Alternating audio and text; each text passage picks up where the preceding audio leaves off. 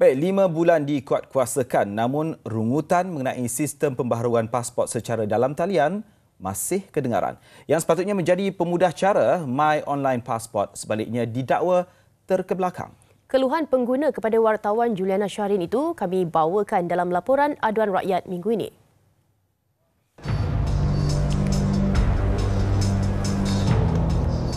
Jika dahulu untuk memperbarui pasport boleh datang terus ke kaunter. Selepas permohonan atau pembayaran, pasport boleh siap dalam tempoh sejam. Tetapi sekarang, maaf, untuk memperbarui pasport hanya boleh dilakukan dalam talian.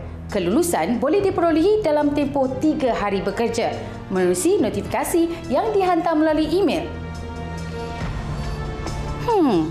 Persoalannya kini, sistem yang diguna pakai semakin maju atau semakin mundur. Jadi, dalam laporan kali ini, mari kita lihat apa masalah yang dihadapi pemohon. Teruskan menonton.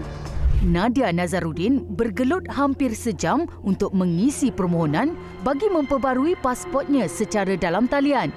Dakwanya sistem itu sering tergendala sehingga menyebabkan dia terpaksa membuat semula permohonan itu berulang kali. Selain Nadia, ramai lagi yang naik hantu berdepan kesulitan terutama ketika memuat naik gambar mereka. Lebih menghairankan, gambar yang diambil di kedai pun gagal tepati spesifikasi yang diminta. Turut mencemaskan apabila sistem terganggu ketika pembayaran dibuat. Selain keluar resit bertulis, rekod cap jari bermasalah. Itu tidak dikira syarat lain yang disifatkan keterlaluan selain tidak mesra pengguna. You nak buat sistem untuk satu rakyat Malaysia, jadi you kena make sure sistem you advance lah. You tak bolehlah buat sistem yang ala-ala macam I rasa GrabFood, Foodpanda punya sistem lebih bagus. Tahu tak? Lebih cepat tau. Ketika pengambilan pasport, lain pula ceritanya. Disangka lebih mudah namun jauh meleset. Pengguna masih perlu bersesak bersama mereka yang datang secara jumpa terus atau walk-in. Tambah malang, datang awal pagi namun dimaklumkan nombor sudah habis. Antaranya Zaleka Muhammad Wakil. Tiba di pejabat imigresen jam 7.50 pagi, jam 6 petang baru dapat pasport. Dia masih perlu beratur, mengambil nombor giliran dan menunggu meskipun telah memohon secara dalam talian.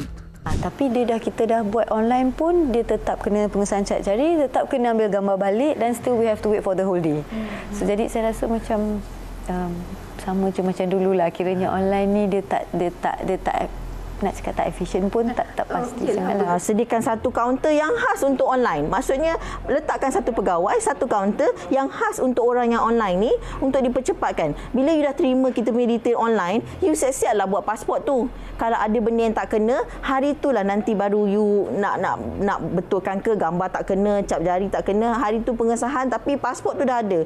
Cukup dikesali, dalam kesulitan ada jua yang mengambil kesempatan menangkuk di air keruh.